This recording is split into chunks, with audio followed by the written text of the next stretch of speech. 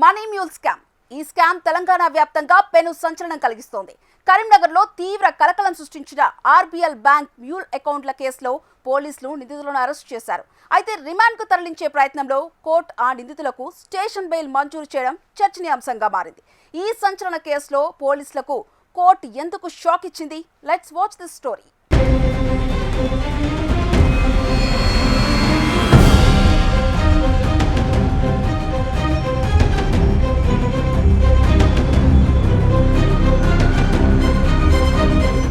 కరీంనగర్ జిల్లాలో ఇటీవల బయటపడిన ఆర్బీఎల్ బ్యాంక్ మ్యూల్ అకౌంట్ల వ్యవహారం తెలంగాణ రాష్ట్ర వ్యాప్తంగా చర్చనీయాంశమైంది. కరీంనగర్లోని బ్రాంచ్లో 8 మ్యూల్ ఖాతాల ద్వారా సైబర్ నేరగాళ్లకు సాయం చేశారంటూ 13 మందిని అరెస్ట్ చేశారు పోలీసులు. ఈ ఖాతాను ఓపెన్ చేయడంలో బ్యాంక్ మేనేజర్ భువనగిరి కళ్యాణ్ సహా ఇతర సిబ్బంది పాత్ర ఉందని ఆరోపణలు వచ్చాయి. ఈ అకౌంట్ల ద్వారా సుమారు 138 కోట్ల రూపాయల అక్రమ లావాదేవీలు జరిగాయి.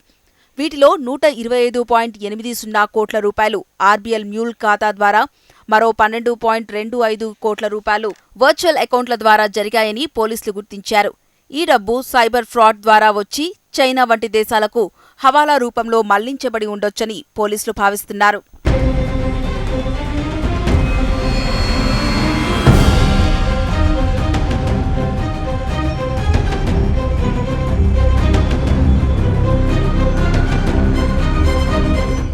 ఇంత పెద్ద కేసు కావడంతో Karimnagar police commissioner Ghouse Alam press meet పెట్టి 24 మంది నిందితులను గుర్తించామని వెల్లడించారు. వారిలో 13 మందిని అరెస్ట్ చేశామని ప్రకటించారు. ఇతర బ్యాంకుల్లో కూడా ఇలాంటి మ్యూల్ ఖాతాలు ఉన్నాయని విచారణ చేస్తున్నట్టు చెప్పారు. కానీ ఆ తర్వాత వచ్చిన ట్విస్ట్ ఈ కేసును మరింత చర్చనీయాంశం చేసింది.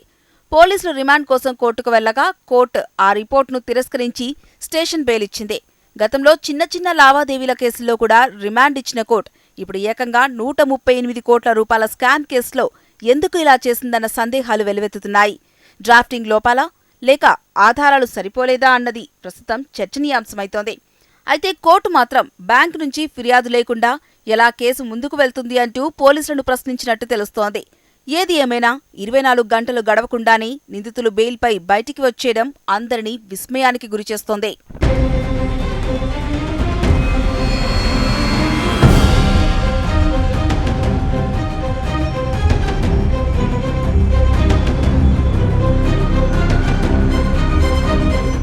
నిజానికి దేశవ్యాప్తంగా మ్యూల్ ఖాతాలపై నిఘా పెట్టింది కేంద్ర ప్రభుత్వం.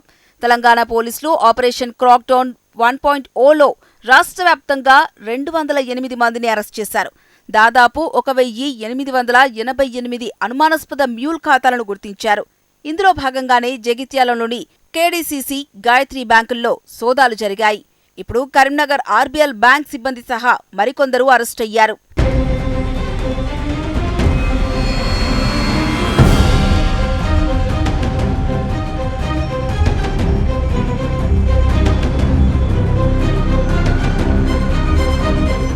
అయితే ఇంతటి భారీ కేసులో పోలీసులు సరైన డ్రాఫ్టింగ్ లేదా ఆధారాల సమర్పణలో లోపాలు చేశారా అన్న విమర్శలు వస్తున్నాయట.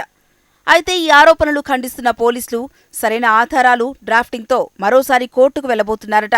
సైబర్ నేరగాళ్లకు సహాయం చేసిన నిందితులను రిమాండ్కు పంపాలని ప్రయత్నిస్తున్నారట. ఈ కేసులో పోలీసులు త్వరగా పట్టు సాధించాలని, అమాయకులు సైబర్ మోసాల బారిన పడకుండా కఠిన చర్యలు తీసుకోవాలని ప్రజలు డిమాండ్ చేస్తున్నారు.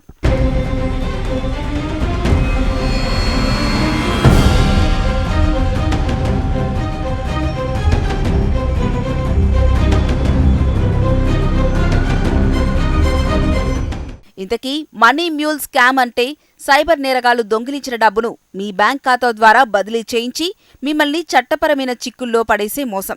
నకిలీ ఉద్యోగాలు, ప్రేమ వ్యవహారాల పేరుతో అమాయకులను ఆకర్షించి వారి ఖాతాలను వాడతారు. ఇందులో పాల్గొంటే 5 ఏళ్ల వరకు జైలు శిక్ష పడే అవకాశం ఉంటుంది. కాబట్టి అపరిచితుల నుంచి డబ్బు బదిలీ అభ్యర్థులను ఎట్టి పరిస్థితుల్లోనూ అంగీకరించవద్దని హెచ్చరిస్తున్నారు పోలీసులు. అయితే జనం కొన్ని జాగ్రత్తలు పాటించాలని పోలీసులు సూచిస్తున్నారు. ఎట్టి పరిస్థితుల్లోనూ మీ బ్యాంక్ అకౌంట్ వివరాలు, ఓటీపీ, పిన్ నెంబర్లను ఎవ్వరికీ చెప్పొద్దన్నారు. ఈజీ మనీ ఆఫర్లను అసలే నమ్మొద్దన్నారు. మీకు తెలియకుండా పొరపాటున మోసానికి గురైతే వెంటనే 1930 నెంబర్కి కాల్ చేసి కంప్లైంట్ చేయాలని సూచించారు. లేదంటే www.cybercrime.gov.in లో ఫిర్యాదు చేయమని హితవు చెబుతున్నారు పోలీసులు. మనీ మ్యూల్గా మారడం చట్టరీత్యా నేరం.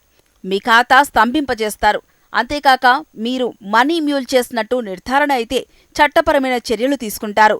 ఇటువంటి సైబర్ నేరాల పట్ల ఎంతో జాగ్రత్త అవసరం.